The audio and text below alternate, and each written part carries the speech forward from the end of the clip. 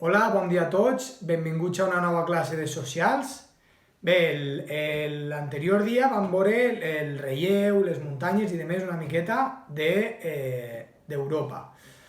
Avui anem a veure les costes, val? Tots sabem que la costa és el que limita la superfície terrestre, o sigui, la superfície física, el relleu que vegem en el mar, vale? Bé, ens diu la pàgina 16, anem a la pàgina 16 del llibre, vale? Es diu que Europa té uns 40.000 quilòmetres de costa, val? Tots sabeu Europa com està situat, val? I està unida per una part d'Àsia i per l'altra pues, està tota rodejada de mars. Val? Bé, la costa europea és molt retallada, amb molts entrants i eixents. Val? És a dir, no és una costa que faci una forma molt... Com, per exemple, si vegeu el continent africà, és una forma molt, més o menys, que no té massa picos. Per contrari, Europa doncs, té la península ibèrica, la península italiana, la bàltica, a més, dalt en Noruega i demés. Val? Bé. Aquesta extensa costa està banyada per dos oceans i diversos mars. Val? Tenim dos oceans que seran l'oceà Atlàntic, que és el que delimita la part de Portugal i nord d'Espanya, la part francesa i demés, més cap amunt, però la part que coneguem nosaltres és la part de Galícia i la part del sud d'Espanya. L'oceà Atlàntic està situat al nord-est i al nord del continent està l'oceà glacial àrtic. Val? Bé, també, a banda dels diferents oceans, està banyat per molts mars. Val? El mar del nord, el mar Bàltic, el mar de Berens al nord, el Mediterrani, que el coneixem, el mar Negre, el mar Caspi, val? Ho veurem en el mapa. I diferents penínsules, com hem dit abans. Val? Les penínsules són les porcions de terreny que estan unides només per una part, com és el cas de la península ibèrica, està unida únicament pels Pirineus i la resta està envoltada per aigua. La zona que uneix el territori s'anomena istme, que ho tenim així en això. Europa distingeixen entre altres les penínsules següents. Al nord tenim la península de Kola, Escandinava i Jutlàndia. I al sud tenim la península ibèrica, que és on vivim nosaltres, la itàlica, la balcànica i la Crimea. Bé, les illes sabem que són una porció de terra que està envoltada per complet per aigua. Hi ha moltes illes, illes més grans i illes més xicotets. Tenim al nord illes grans com Islàndia, que són països, són illes que són països, Irlanda, Gran Bretanya. Gran Bretanya que seria la illa més gran d'Europa.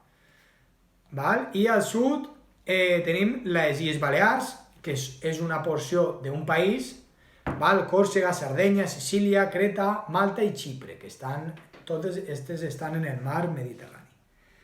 Bé, així tenim algunes fotos, la costa de Croàcia, la península de Kola i Escòcia. La Gran Bretanya, que està el Regne Unit, Escòcia i una part d'Irlanda, que perteneix al Regne Unit. Bé, tenim així també el mapa, vegeu com Europa és un continent que té molts eixents i entrants, vegeu tot així en el mapa. Altres accidents continentals d'Europa. Altres, a banda dels que hem vist, les penínsules, també hi ha altres tipus, que són els golfs. Per exemple, en Bòtnia al nord i els de Biscaia, Lleó i Gènova al sud. Els busquem així dalt. Tenim els golfs, que són com unes entrades, així. Els caps, que són els eixents, però que no són penínsules. Al nord de Reijanes, al nord d'Europa, Finisterre, així en Espanya, São Vicente, Matapan, exemples. Ries i fiords, que són valls per les quals entra aigua, val? No són rius que és l'aigua, sinó ries vol dir que entra l'aigua del mar, no és l'aigua del riu. Val? Els fiords, per exemple, de Noruega, es troben en la península escandinava, val? Les ries al nord de la península ibèrica, les ries de Galícia, val? I de més. I després els estrets, que són franges estretes en el mar que separen dues zones de terra. Per exemple, l'estret de Gibraltar, que separa Europa d'Àfrica i Espanya de Marroc, veus que separa els continents d'Europa i Àfrica. Bé, activitats que anem a fer d'aquesta... Farem l'activitat 1, que com és la costa d'Europa? Doncs bueno, ho tenim així, la costa d'Europa, bueno, doncs expliquem una miqueta, un xicotet resum de la primera apartat del tema, de l'explicació. Quins oceans i mars banyen la costa europea? Ho tenim, fàcil. En quin lloc d'Europa hi ha fiords i ries? Val? Ho busquem així, on fica ries i fiords, i ho fiquem. Val? I explica que és un extret i posa un exemple. Bueno, ja ho acabem de dir, val? Que era un extret. Doncs bé, això no cal que la feu, val? L'estret ho hem dit que són franges estretes de mar i que separen dos zones de terra. L'estret que més coneixem tots és el de Gibraltar, val? Doncs bé, farem l'activitat 1 i copiarem els requadres aquests que estan de color groc, val?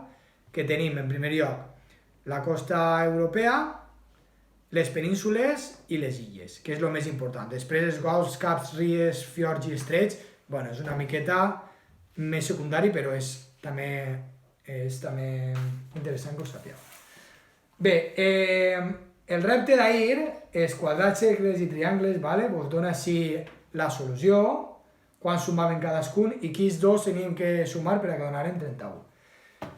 I bé, el repte d'avui és completar el mosaic, val?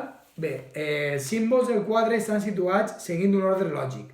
Quin parell de símbols completa el quadre? Val. Tenim un quadre, falta una porció i tenen un ordre lògic. Doncs hi haurà que veure quin és l'ordre que segueixen i saber si és A, B, C o D.